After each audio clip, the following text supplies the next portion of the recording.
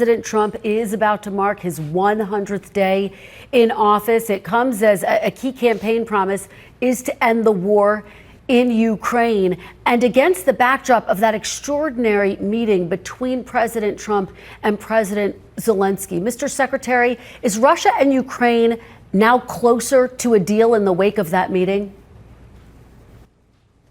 Well, I think they're closer in general than they've been any time in the last 3 years, but it's still not there. And as I said, and he has said, and others have said, he's done an extraordinary job at the highest levels of our government. The president has put out everybody you can imagine, Ambassador Witkoff, myself, the National Security Advisor, the Vice President, been involved and engaged in this effort to bring the two sides closer so we can have path to peace. By the way, that's something that should be celebrated. He's trying to end a 3-year war that has no military solution, where every day people are dying, especially on the Ukrainian side, in many cases civilians and children, as we've seen the images over the last few weeks.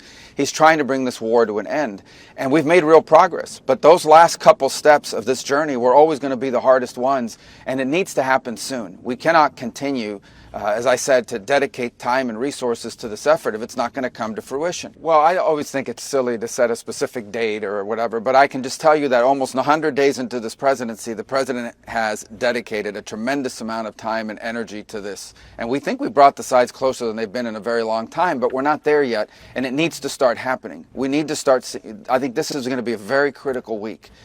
This week is going to be a really important week in which we have to make a determination about whether this is an endeavor that we want to continue to be involved in, or if it's time to sort of focus on some other issues that are equally, if not more important in some cases. But we want to see it happen. There are reasons to be optimistic, but there are reasons to be realistic, of course, as well. We're close, but we're not close enough.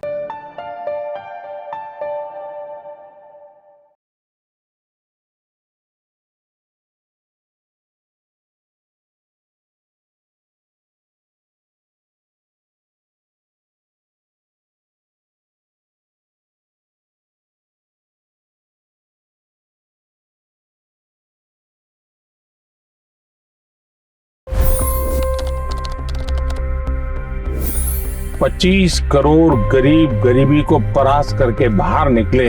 For the good of our nation, let's work together and let's truly make America great again. The fastest news breaks. Requested PM saying that Rubio will have to speak to Putin and to Zelensky. The biggest news makers. The relationship with India is probably the most important bilateral relationship the U.S. will have for the rest of this century. The capital delivered quite an election result today. Expert analysis. The million-dollar question today is how to stop this dance of death. Ground reports.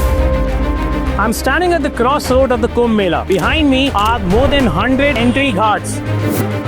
Long-form interviews. Exclusionary politics is reflected in Manipur case as well. You don't bother because this is a small state.